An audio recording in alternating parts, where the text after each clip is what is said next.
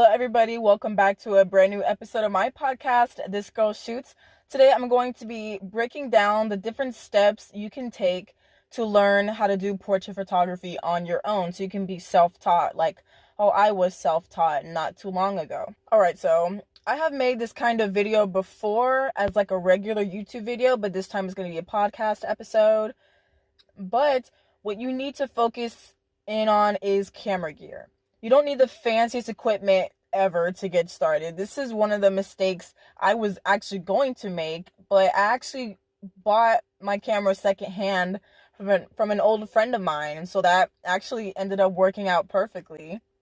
But all you really need is just a regular old camera, whether it's an old-fashioned DSLR, which stands for digital single lens reflex, a mirrorless camera, which is a more modern camera that does not have the mirror inside like most cameras do, or a film camera if you're more of a film person. But it's really all up to you and what you feel comfortable with and what you're willing to teach yourself. You got to get to know your camera, people. You got to practice all the time. You got to go out, rain, hail, snow, whatever. You got to always put yourself in a position to learning, especially about your camera and your camera settings and all of these different things that you need to learn how to master if you're going to be a portrait photographer or any other photographer in any other genre for that matter.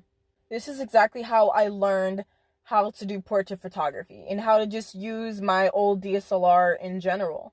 Because what you need to do is you got to go out, right? You got to go out in different climates and situations. You have to go out alone, you have to go out in crowds and try to take pictures in those types of settings and environments. Loud environments, quiet environments. And like I said earlier, you have to learn how to use your camera in rain, sun, snow, whatever the weather is outside. You need to still go out and test your camera. You need to know how your camera performs. No matter how new it is, how old it is, you need to know how it performs in every single situation. So you won't be surprised when you're out with a client and you don't know what to do when it starts raining and such and such. This is a very important skill that I taught myself how to learn photography in, because you cannot expect to learn photography, especially learning photography fast, really, really fast, like how I did. You can't expect to stay home all the time and just take pictures of whatever you feel like. You have to have a certain strategy. Take pictures of things upside down. Take pictures of things up close, which is called macro photography. Take pictures of things that are far away. Take pictures of things that are moving objects instead of just still. You need to learn how to take pictures of literally everything. Even if you're just training for portrait photography, like how I was, I took pictures of literally everything. So I understand, hey, this is how it's like taking pictures of a moving object on this camera, and this is how it's like taking pictures of a still object. And because you were taking photos of people, which that's what portrait is, you were going to be working with a human being or animals or whatever you want to work with. They're going to be moving. So you don't always want to practice with, still objects and all of that. You need to play with your camera settings. YouTube is a phenomenal place where I personally learned everything I needed to learn about my camera settings specifically. And it's also a great place to research what type of camera would be best for you. A film camera, a DSLR, a Nikon, a Canon. There are a lot of debates on which type of camera is good for beginners and for pros. But as long as you are trying to work with that camera and whatever kind of kinks it has, then you should be able to be good for whatever genre of photography you were training for. And I would love to add that no camera on Earth, not even the Sony brand, no camera on planet Earth can ever match the human eye. Every single camera has their little kinks and stuff that you have to learn and get to know, like how to work with the types of kinks of your camera, your specific camera brand, the type of camera it has, whether it's a film or, touchscreen or just a regular manual camera. These things are important to know beforehand, because you don't want to just go out and shoot with somebody and be doing like a real photo shoot and then boom, you have no idea what you're doing with your camera settings. You don't know what to do when this pops up. It's just really embarrassing, and you don't want anyone to notice that besides you, so you got to work on that on your own time. Work in silence, everybody.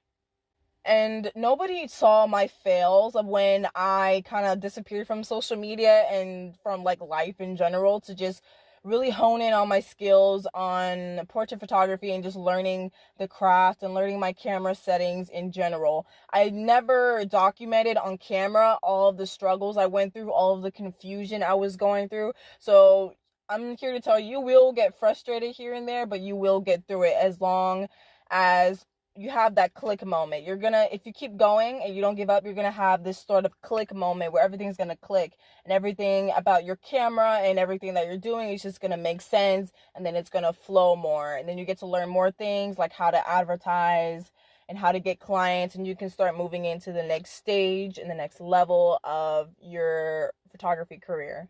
And what I did to learn portraits so fast is I did not take a day off. I was working my tiny little butt off every single day, taking pictures of random things around the house. I'm talking about outside, plants, trees, birds, furniture on the inside of my room, furniture in my living room, furniture in my house in general. I took pictures of products, jewelry, perfume, and you'll see what you need to work on gradually when you know, hey, I can take pictures of this, but not this. And take pictures of things in artificial lighting and in natural light too. This journey of you learning photography is not going to be easy. There are going to be a lot of things that you don't know, that you were confused about. Don't worry about the camera gear. Don't worry about fancy lighting equipment like umbrellas and softboxes. You will get to all that soon. The the worst mistake I ever made was buying so much lighting equipment that I didn't even know how to light my own my own things just by myself with no lighting. And I found myself so frustrated and I didn't know why, but that's because I was jumping ahead of the things that I didn't even know about for lighting in my camera. However, I did document everything that I was practicing on in my photography notebook. I woke up every single day and practiced and tried to really work my settings and try to figure it out. Like, I tried to change my aperture, change my shutter speed for this photo, take pictures of the same exact thing with a different ISO, and download all the photos and write down all your changes that you did in your settings. And then you'll see, oh, when I turn the ISO up in my camera, this is how my photo looks. Oh, when I turn up the aperture or turn down the shutter speed, this is how my photo looks and this is how I want to get it to be. This is the look I was going for. And you need to learn how to go for the look that you're going for in camera. Do not worry about editing yet.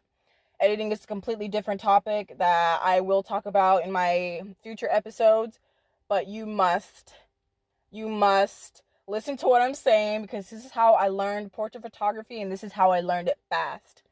So there you go, everybody. I hope you enjoyed this episode. I'm very passionate about this topic and helping people learn photography and portraits and all of these different things. I hope you guys have an amazing day.